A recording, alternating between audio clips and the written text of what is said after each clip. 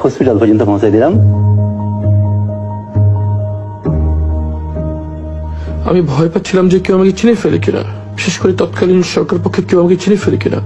এই ভয়ে আমি গামছা দিয়ে মুখ ঢেকে বসেছিলাম। অনেকক্ষণ বসে থাকার পর যখন দেখলাম এক এক ওখানকার স্টাফরা আসছে, তখন আমি যে গার্ডের সাথে কথা বলার চেষ্টা করলাম। তখন গার্ডরা আমাকে চিনতে পারে নাই, এই জন্য আমি ঢুকতে পারিনি। তখন আমি আবার যে বসে থাকলাম মেন গেট খোলার অপেক্ষায়, অথবা কেউ পরিচিত আসবে এই অপেক্ষায় প্রায় 1 ঘন্টা বসে থাকলাম।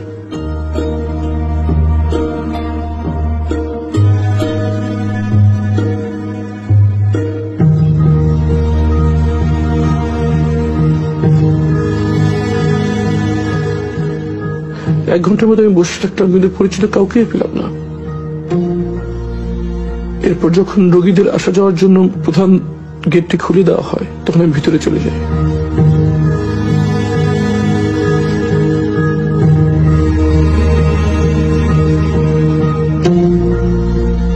মনের ভিতরে প্রচন্ড আশঙ্কা কাজ করছিল।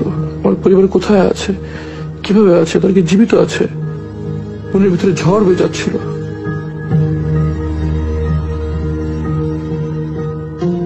একটু পর ইমিগ্রেশনের পিআর অফিসার আশরাফ সাহেব সেখানে আসেন। উনি আমাকে আমার রুমে নিয়ে যান, যদিও তিনি আমাকে তখন চিনতে পারেন নাই। আমি ওনার কাছে স্মার্টফোনটা নিয়েই আমি গুগলে যাই এবং আমার নাম সার্চ দিই। সার্চ দেওয়ার সাথে সাথে এই ছবিটা স্ক্রিনে ভেসে ওঠে। তখন আমি ঠিক আমার চেহারা কাছে ভেবে নেই, আমাকে দেখা যায় ওনাকে চিনেন কিনা। তখন সাথে সাথে ভাই আমাকে চিনতে পারে এবং আবেগ আপ্লুত হয়ে পারেন আর কি। কথায় কথায় তার কাছ থেকে আমি প্রথম জানতে পারি যে 5ই আগস্ট শেখ হাসিনা পালিয়ে গিয়েছে। আমি তো বিশ্বাসই করতে পারছিলাম না, আমার কাছে স্বপ্নের মতো মনে হচ্ছিল।